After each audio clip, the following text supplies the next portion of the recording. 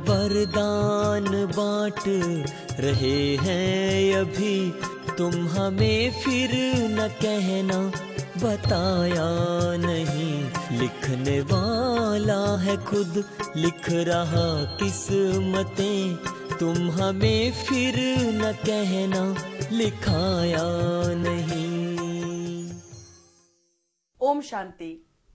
Healing touch के इस नए एपिसोड में मैं दीपशिखा आप सभी का हार्दिक स्वागत करती हूँ। दोस्तों, कल हम बात कर रहे थे डिप्रेशन के बारे में और हमने काफी कुछ जाना इसके बारे में पुनीत जी से। तो आइए आज हम कुछ और जानकारी हासिल करेंगे पुनीत जी से डिप्रेशन के बारे में। तो उनका स्वागत है। ओम शांति पुनीत जी। ओम शांति। पुनीत जी, कल हम डिप्रेशन के बारे में काफी कुछ डिस्कस कर रहे थे। तो आज जो मैं आपसे सबसे पहले पूछना चाहती हूँ वो है कि कैसे डिप्रेशन हमारे बॉडी ऑर्गन्स को इफेक्ट करता है या फिर हमारे नर्वस सिस्टम को किस तरीके से इफेक्ट करता है। एक्चुअली जहाँ तक डिप्रेशन की बात है, डिप्रेशन का रिलेशन हमारे माइंड के साथ तो है ही, क्योंकि मन की ही अवस्थाएं होती हैं। मन के अंदर जिस तरह के थॉट्स होते हैं उसी के अकॉर्डिंग हमारे ब्रेन के न्यूरो सेल्स काम करते हैं जी। और हमारे ब्रेन के अंदर जो न्यूरो सेल्स हैं उसी तरह से हमारी बॉडी का सारा सिस्टम काम करने लगता है जी।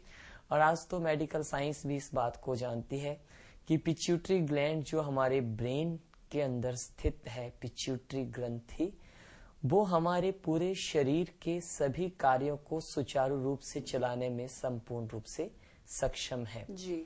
और बॉडी के अंदर जितने भी सिस्टम हैं, चाहे वो कार्डियोवैस्कुलर सिस्टम है, चाहे वो डाइजेस्टिव सिस्टम है, चाहे वो एंडोक्राइन सिस्टम है, अर्थात वो हार्मोन्स का सिस्टम है जी। या हम ये सोचें या एक्सक्रीटरी सिस्टम है या रिप्रोडक्टिव सिस्टम है, नर्वस सिस्टम है, रेस्पिरेटरी सिस्टम है, शरीर के अंदर जितने भी सिस्टम है, इम्यूनिटी सिस्टम है रोगों से लड़ने का, उन सब के ऊपर सबसे ज्यादा इफेक्ट तो हमारे माइंड का होता ही है।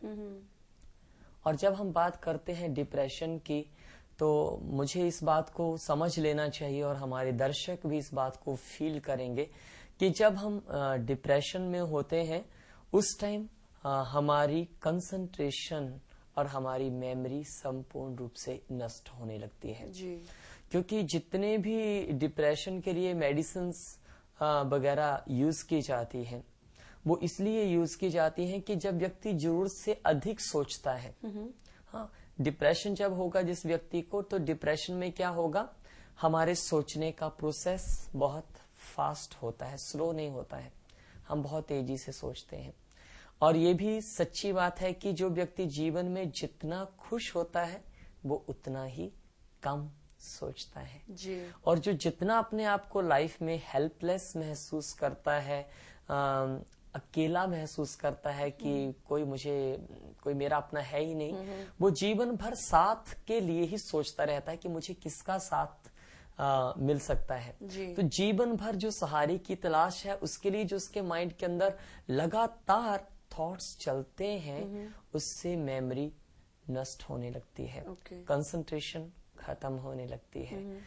या हम ये कहें कि एक और बहुत बड़ी प्रॉब्लम आ जाती है उस व्यक्ति के जीवन में, that is known as confusion जी। वो व्यक्ति हर समय एक कंफ्यूजन की स्टेट में रहता है, कभी निर्णय ही नहीं ले पाता है कि मैं क्या करूं, what to do at what time. वो निर्णय लेने की शक्ति नष्ट हो जाती है, निर्णय लेने की शक्ति नष्ट हो जाती है। और एक बहुत ही कॉमन जो डिजीज है वो तो सभी आजकल जानते ही हैं कि डिप्रेशन में अक्सर करके जो बहुत कॉमन प्रॉब्लम होती है वो होती है इंसोमिनिया, अर्थात स्लीपलेसनेस, नींद नहीं आती है। और मुझे जब काउंसलिंग के लिए बहुत सारे पेशेंट डिप्रेशन के हमें मिलते हैं तो वो हमें कहते हैं कि हमें साइकियाट्रिस्ट ने इतनी मेडिसिन दी है और उतनी मेडिसिन खाने के बाद भी सुबह के 3 बजे तक मैं सो नहीं पा रहा हूँ। क्यों? क्योंकि दिन में किसी ने एक बात कही और उस बात को मैं बार बार 1000 टाइम्स मैंने उस बात को सोचा है। किसी ने कोई बात ऐसी कही कि जिससे मैं हर्ट हो गया और उस बात को मन भूल ही नहीं पा रहा है। तो डिप्रेशन अक्सर करके एक ऐसी स्थिति को क्रिएट कर देता है कि हमारी सहन शक्ति पूरी तरह से नष्ट होने लगती है। मुझे ऐसा लगता है कि हमारे माइंड का एक काम तो है ही, या कंस्ट्रक्शन या फिर डिस्ट्रक्शन। इसलिए बहुत अच्छा किसी ने कहा है कि हमारा मन ही हमारा सबसे बड़ा मित्र भी है और सबसे बड़ा शत्रु भी। मित्र ये हमारा तब बनता है जब हम अपने माइंड को पॉजिटिव थॉट्स देते हैं। और काउंसलिंग में जब हमारे पास मेंटल पेशेंट आते हैं, साइकोलॉजिस्ट के पास भी जब पेशेंट्स जाते हैं काउंसलिंग के लिए, तो साइकोलॉजिस्ट भी उनसे कुछ ऐसी बातें पूछते हैं ताकि उनके ब्रेन और उनके माइंड का बर्डन कम से कम हो सके। क्योंकि नेचुरल सी बात है कि जब कोई व्यक्ति अपने मन की बातों को किसी के साथ शेयर कर लेता है, बोल करके शेयर कर लेता है या लिख करके भगवान को सरेंडर कर देता है, तो उसका माइंड हल्का हो जाता है। नहीं तो क्या होता है कि जो बात किसी ने मुझे कही, मैं उसको जितनी बार बार सोचता रहता हूं, तो मेडिसिन्स भी फिर अपना इफेक्ट धीरे धीरे छोड़ने लगती हैं। क्योंकि जितनी भी मेडिसिन्स दी जाती हैं डिप्रेशन के पेशेंट को, वो सभी मेडिसिन्स या तो हमारी एंजाइटी या हमारे थिंकिंग प्रोसेस को स्लो करती हैं, या हमारे माइंड को रिलैक्स करती हैं ताकि हमें नींद आ जाए। मैं तो ये कहूंगा कि जो लोग खाली हैं वो अपने मन को एक काम दे दें, उसको पॉजिटिव काम में एंगेज कर दीजिए, फिर वो नेगेटिव काम नहीं करेगा। बहुत सारे लोग आजकल हम देखते हैं कि स्टडी कर ली, ग्रेजुएशन कर ली या पोस्ट ग्रेजुएशन कर ली, किसी ने MBA किया, किसी ने MCA किया, किसी ने CA किया, तो अलग अलग फील्ड में मास्टरी हासिल करने के बाद जब आज के युवा भी हम देखते हैं कि कोई उनको काम नहीं दिखाई देता है, कोई कैरियर नहीं दिखाई देता है, या लाइफ में कुछ ब्राइट फ्यूचर उनको नजर नहीं आता है। और कभी कभी देखते हैं कि पेरेंट्स भी फिर धीरे धीरे थोड़ा सा फेडअप होने लगते हैं कि हम कब तक इन बच्चों को ऐसे पालते रहेंगे। वो भी अपने बच्चों को कहते हैं कि अब तो तुम्हारा टाइम है, मेरा काम था आपको यहाँ तक पहुंचाना, लेकिन अब तुम्हारा टाइम है। तो डबल प्रेशर हो गया, एक तरफ पेरेंट्स का प्रेशर, दूसरी तरफ उनके सामने प्रेशर होता है कि मैंने अभी इतना काम कर लिया है, इतनी स्टडी कर ली है, जॉब नहीं मिल रही है, तो क्या होगा, मन खाली होने के कारण नेगेटिव थॉट्स तो उसमें आएंगे। तो पुनीत जी, क्या इसी वजह से आज के जो युवा पीढ़ी है वो ज्यादा नशीले पदार्थों का सेवन कर रहे हैं? मुझे ऐसा लगता है कि जब मन नेगेटिव सोचता है तो उसको कंट्रोल करना, उस थिंकिंग प्रोसेस को रोकना तो पॉसिबल नहीं होता है। क्योंकि माइंड की एक ऐसी नेचर है, एज लाइक हॉर्स, एक घोड़े की तरह, कि आप अगर उसको एक बार दौड़ाना शुरू करते हैं, दौड़ाते जाते हैं, फिर उसको थोड़ा सा कंट्रोल करने के लिए कुछ टेक्निक्स हमें सीखनी पड़ती हैं, जो हम मेडिटेशन अर्थात हीलिंग टच में सीखते हैं। लेकिन आजकल होता क्या है कि एक प्रॉपर नरिशमेंट माइंड को ना मिलने के कारण, क्योंकि सुबह उठते ही आजकल के लोग या तो न्यूज़पेपर उठाते हैं या फिर उठते ही टीवी का स्विच ऑन करते हैं, तो क्या होता है कि सारी नेगेटिव इंफॉर्मेशन जो होती है हमारे माइंड के अंदर भर जाती है। और आजकल के युवा भी जब न्यूज़पेपर में पढ़ते हैं कि इतनी करप्शन हो रही है, इतना भ्रष्टाचार है, और जो एलिजिबल नहीं है, जो डिजर्व नहीं करता है, उसको अच्छी अच्छी पोस्ट मिल रही है और मुझे नहीं मिल रही है, तो नेचुरल सी बात है कि उनके अंदर डिप्रेशन की फीलिंग तो आएगी ही।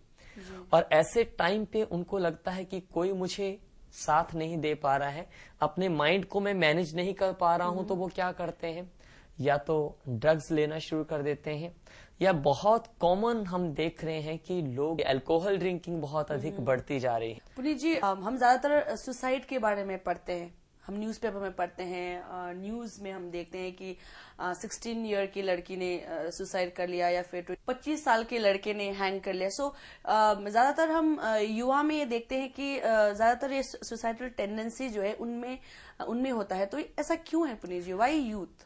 एक्चुअली इस एज में दो तरह की प्रॉब्लम्स हमारे सामने आती हैं। एक्चुअली ये एक ऐसी एज है जिसमें आजकल के युवा अपनी पसंद का मैच ढूंढ रहे हैं कि जिससे मैं प्यार करता हूं उससे ही मैं मैरिज करूं। आज लड़कियां भी इवन कॉलेज लाइफ से ही कोशिश करती हैं कि मैं अपने अकॉर्डिंग एक अच्छे मैच की तलाश कर लूं। सो दे फॉल इन लव, उनका एक दूसरे से प्यार हो जाता है, मोहब्बत हो जाती है। लेकिन क्या होता है, कहीं इंटरकास्ट मैरिज अलाउड नहीं होती है, और कहीं पेरेंट्स जो होते हैं, दोनों तरफ के पेरेंट्स जो हैं, चाहे वो लड़की के पेरेंट्स हैं चाहे लड़के के पेरेंट्स हैं, तो उनकी एक दूसरे के प्रति ये भी होता है कि स्टेटस, लड़के के पेरेंट्स सोचते हैं कि जैसा स्टेटस हमारा है वैसा ही लड़की का भी होना चाहिए, या कभी लड़की वाले ऐसा सोचते हैं कि स्टेटस बराबर का होना चाहिए, या बहुत सारी कोई ना कोई ऐसी जब प्रॉब्लम आ जाती है कि जब एक प्यार करने वाले, यूं कहें कि आजकल के युवा जब अपनी पसंद का मैच अपने जीवन में जब उनको नहीं मिलता है, तब भी वो डिप्रेस हो जाते हैं, और अक्सर करके अकेलेपन में एक दूसरे से वायदा भी कर लेते हैं कि अगर मुझे आप नहीं मिले तो मैं आत्महत्या कर लूंगा या मैं सुसाइड कर लूंगा, लेकिन मैं आपके साथ ही जीऊंगा।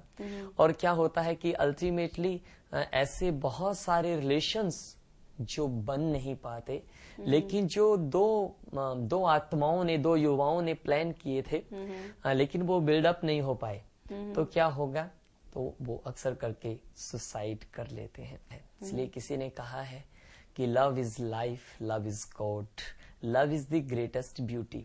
हम लव मैरिज शब्द नहीं कहते हैं, लेकिन हम कहते हैं सेल्फ अरेंज्ड मैरिज। अर्थात कि बहुत सारे युवा ये चाहते हैं कि हमारी इच्छा के अनुकूल हमारे पेरेंट्स हमारा संबंध जोड़ दें, लेकिन एक सत्यता तो हमें समझनी ही पड़ेगी कि इस संसार में कोई भी रिश्ता बाहर की सुंदरता को देख करके मेंटेन नहीं किया जा सकता, बनाया नहीं जा सकता। और अगर हमने जबरदस्ती उसको बनाने की कोशिश की तो वो शादी से पहले नहीं तो बाद में भी अक्सर करके टूट जाता है। एक छोटी सी बात मैं शेयर करना चाहता हूँ। ये एक ऐसे व्यक्ति का एक कंसेप्ट है कि एक्सटर्नल ब्यूटी का इफेक्ट और इंटरनल ब्यूटी के इफेक्ट में कितना अधिक डिफरेंस होता है। अगर हमारे श्रोतागण इस बात को ध्यान से सुनेंगे और देखेंगे तो उनको बहुत अच्छा लगेगा कि एक व्यक्ति लाइब्रेरी में जाता है, एक किताब उठाता है, किताब उसको बहुत अच्छी लगती है और उसके नीचे एक मैसेज उसको मिलता है जो किसी के हैंडराइटिंग में लिखा हुआ है जी। तो वो पूछता है लाइब्रेरियन को कि मैसेज किसने लिखा है, तो उसको पता लगता है कि फलानी लड़की ने इस मैसेज को लिखा।